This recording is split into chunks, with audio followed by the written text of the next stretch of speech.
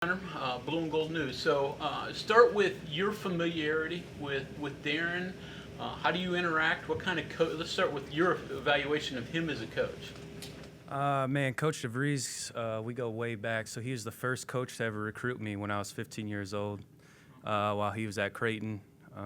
Ended up committing to Creighton in high school, and then had some injury bugs, tore an ACL, and kind of went separate ways for college. And then he was the very first coach to reach out when I hit the transfer portal. So he means the world to me. He gave me a shot on the court, and then he gave me the shot as a coach. So it's been amazing to work with him, play for him. I'm in a fortunate position where I played for him, so I can connect with the guys of like, hey, this is what coach is looking for, things of that such. But he's an unbelievable coach. He works really hard to be where he's at, and I'm privileged to work with him. You adjusted to West Virginia, so is basketball, or just the change outside the building? What's that like? I think the biggest change is so I was at UAB as a player. We had a great fan base, but down south it's football heavy.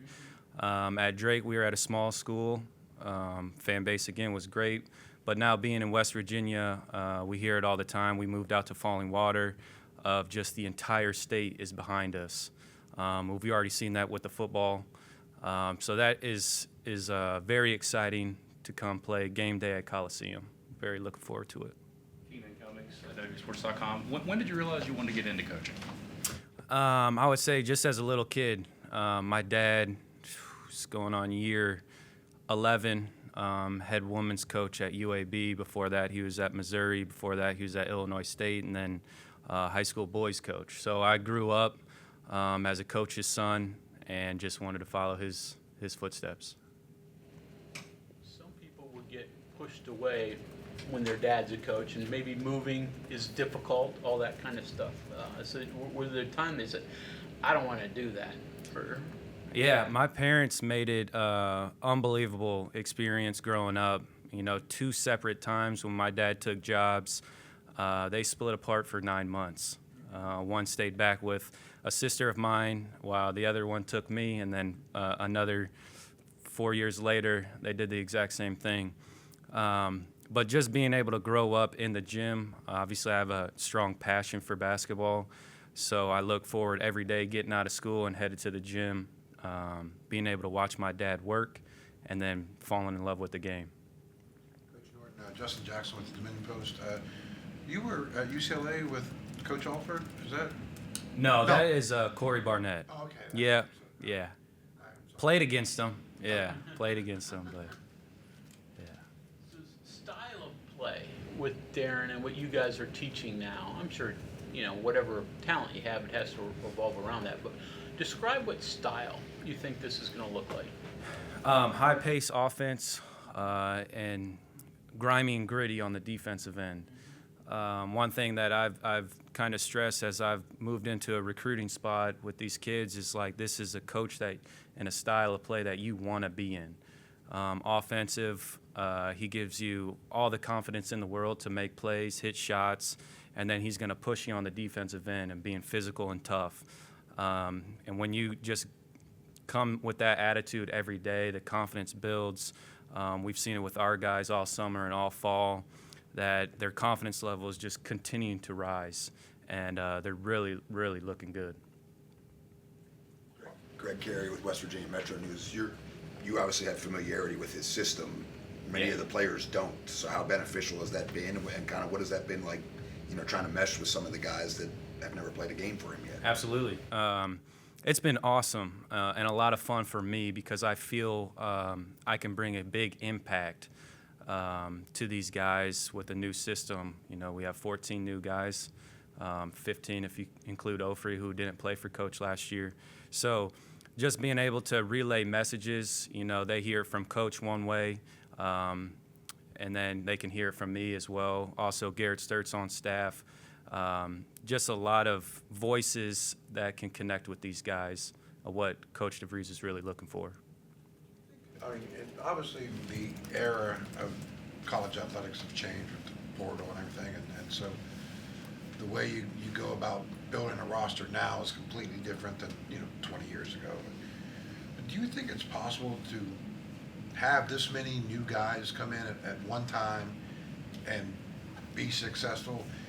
Is that more difficult than maybe the process was 20 years ago or so? It'd be hard for me to say what it is exactly 20 years ago, just because I wasn't in that coaching spot.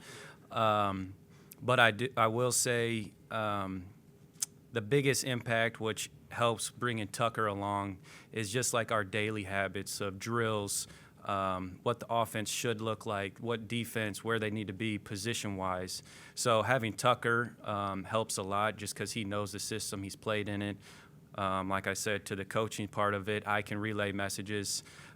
So that would be the biggest hurdle, I would say, is just getting all 15 guys exactly what the system should look like and what kind of product we're trying to put out on the court. Is that a day-to-day challenge? I mean, you see growth, step backs, and growth again. I mean, is that kind of... Yeah, absolutely. Like 2 steps forward, 1 step back kind of thing, which we know we harp on our details every day.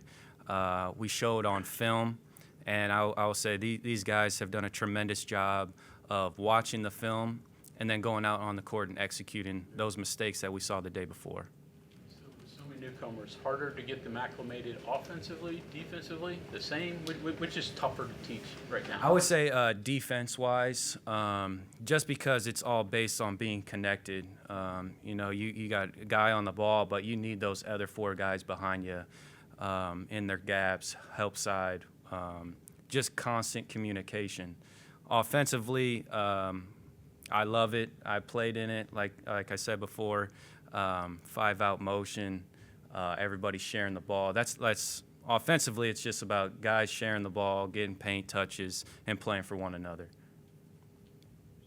Drake with him. So is this offense going to be identical, or because you have different pieces, is it going to look different than what you guys had before? It'll look a little different. The last few years, we had a big fella, Darnell Brody, who was very dominant in the post.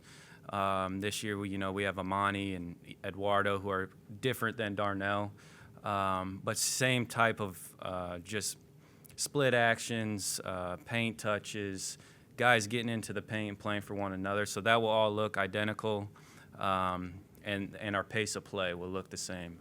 Even at Drake with Big Fella, we try to push the pace as fast as we could. So hopefully we see that carry over from Drake scoring in the high 70s, low 80s, and carrying it to West Virginia. You were asked earlier about your own acclimation to Morgantown. What's it been like for the players? Getting used to it. Yeah, for what I know, they love it. Like for me personally, like I said, moving into Falling Water and seeing the whole state behind them, I think they, as players, have felt that too. They've gone out to the football games, seen the energy, seen the fan base. So I think they're all super excited coming to West Virginia and seeing what it's all about. Ryan Decker, Golden Blue Nation. Darren was just saying that the coaches are going to move around a lot. Sometimes work guards, work wing, work bigs. Two-parter for you as a coach, do you like moving around a lot, working with all the different groups, and then put yourself in the players' shoes? Do you like having all those different voices? Yeah, I think it's great. Just the more voices, because each guy hears things differently. So it really helps just hearing different voices at different times. And then as coaches, those are times you build your relationships with your players, so that when you do tell them stuff, they have a trust factor behind it, that they're telling you the most beneficial thing that they're trying to get across. You moved in. You're married, right? Do you have a family? Yeah, as married well? with a 1-year-old. Oh boy. Yeah. So Yeah. they getting used to Morgantown, Cheat Lake area, all those type of Yeah, things? they are. They love Cheat Lake. We love the neighborhood. Everyone's been so welcoming to us, which is very exciting. So we're adjusting really well. Except for sleep, I'm guessing, with a 1-year-old. My wife has him on a really good sleep schedule, so I'm getting plenty of sleep, which is a blessing. Anything else for Coach? Coach, thank you. Thank you. Thanks, guys.